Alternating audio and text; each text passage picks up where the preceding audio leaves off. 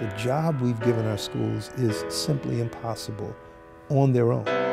If others aren't coming along to help young people with leadership development, help them with conflict resolution, help them with alternatives to suspension and being put out of schools, if somebody's not coming alongside our schools and doing that, they're simply not going to get the job done of preparing our young people for the 21st century. So there are many organizations in the city of Boston who are doing this work. We have the opportunity here at Trinity to bring these organizations together, whether it be in youth development, in education specifically, and use Trinity as a central hub to continue the conversations about how we improve our work. So TEEP stands for the Trinity Education for Excellence program, and we work with Boston youth.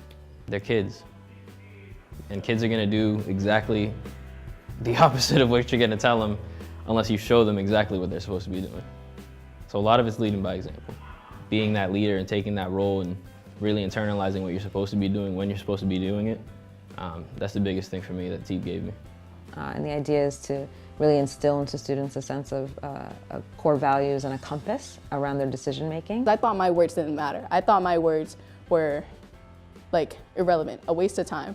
I feel like TEEP has pushed me to be more intentional with my choices. So those moments where you see a student really surprise themselves in what they're able to do and what they're willing to do, there's nothing more rewarding. They have the magic.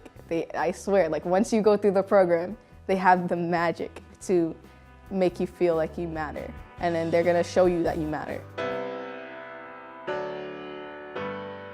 I think that the young people of Boston, particularly the young people of color in this city, are dealing with a legacy in this country of racial injustice. The young people that we have the privilege of working with at the foundation are amazingly resilient, and the things that they are dealing with in terms of the trauma that comes from living in a neighborhood that has a lot of violence, that has a lot of drugs, but we believe that they already have what they need to be successful, and it's just that society has kind of stacked against them in a lot of ways. The staff here support me. Again, they're nice. If I'm having trouble in class, I can come here. Trinity at McCormick, they actually really encourage us to do better. They even help the teachers on understanding students more. I see more teachers kind of taking a step back and taking a breath rather than just going on emotion of whether to punish a student or not. So we don't want to just help a young person deal with a teacher better. We also want to try to help that teacher understand the young person better. We want to try to help the system do a better job of taking care of our young people. And this idea of being embedded, what I call moving in. So we really go into a system and get to know the people, really build relationships. You can affect change more easily and more readily if people trust you because they know you.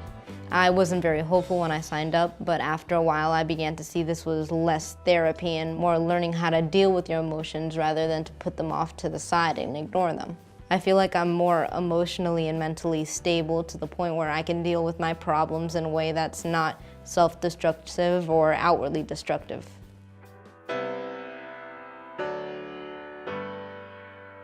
I founded Soul Train Boston Runs together with 7 youth and 8 volunteers. The idea of the program was to invite youth, most of whom had never run before, to train for a big race. We have grown to the point we're in 15 schools. We have over 200 young people involved in the program and over 100 volunteers.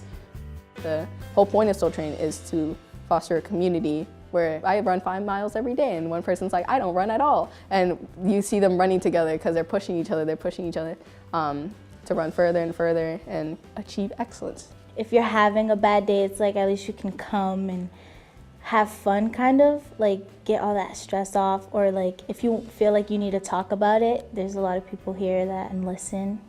The hope is that they feel like they can achieve things that maybe they didn't think they could before. And at the end, I feel like you have that energy to just go faster and do it more. So it's like once you finish, it's like, we just did that. Like.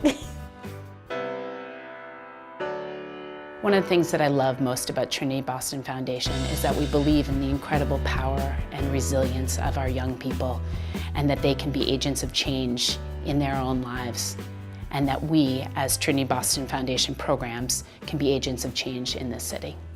You have to be committed, and you have to be forward-thinking. Trinity Boston Foundation does that. So they're giving the youth in our community a voice, they're giving them focus and guidance, and specifically showing them how great they can be. We've accomplished a lot over the course of the last 10 years, but we're also really excited about the future. We're trying to bring different organizations throughout the city together in as many ways as we can help each other do better and be better, and that we can learn and support one another. That is ultimately the goal. The things that we're talking about turning around didn't start last year or 10 years ago or 20 years ago. We're trying to get at the root of problems that are transgenerational, problems that trace back to the very founding of our country, that are part of the human condition. These things don't change easily, nor do they change quickly, but they do change. That we can see. And if we can stay in this together, we can make change that's not only deep, but lasting.